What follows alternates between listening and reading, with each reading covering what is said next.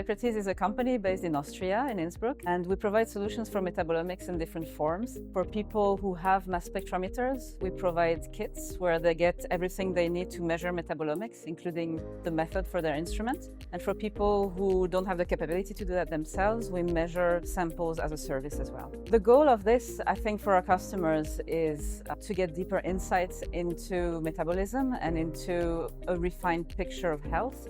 And for us, the goal is to really support the future of research in health through this technology.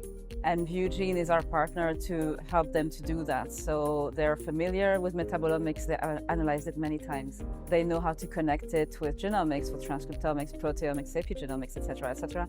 And they have very creative ways of doing this. They want their customers to have access not only to metabolomic layer, but to have access to many different layers in the cellular. And that's where we come in with our automated and standardized workflows that we can provide to Biocrates customers so that they don't have to worry what they're going to do with the data. The data will just speak to them.